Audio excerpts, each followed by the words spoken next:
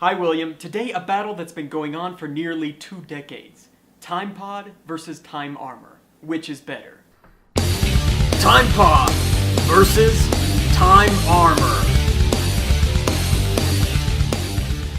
First off, durability. At first glance, it would seem like Time Armor has the upper hand. After all, the Time Armor made it through all 6 movies, survived a crash landing onto an alien planet after a time train knocked it out of the time stream, and survived multiple hits from Irwin 1138's power staff. Not to mention an occasional pie from the Toys in Toy World. The Time Pod, however, only lasted for about 3 movies, being destroyed completely at the beginning of EFF-NBC. But in defense of the Time Pod, Zoetrope's Time Armor never had to endure the biting, gnawing teeth of worms from 40 million BC, and I'm pretty sure those worms would have been able to get through that Time Armor. Therefore, given that the Time Pod and Time Armor didn't endure the same rigorous testing, I'm going to give them a draw on durability. Next up, practicality. In matters of practicality, I think Irwin's Time Pod wins hands down. Despite the oversight of having no seats, the Time Pod is more practical because it can fit a lot more people. Unfortunately, Zoetrope's armor can only fit 1 person. So if you ever wanted to go on a journey through time with your friends Azabeth Siege and Josh Kirby,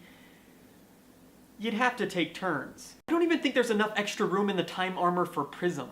Plus, it's really easy to enter and exit the Time Pod, whereas getting into and out of the Time Armor seems like quite the hassle. Which is probably why we never really see it happen in the movies. Next up, style.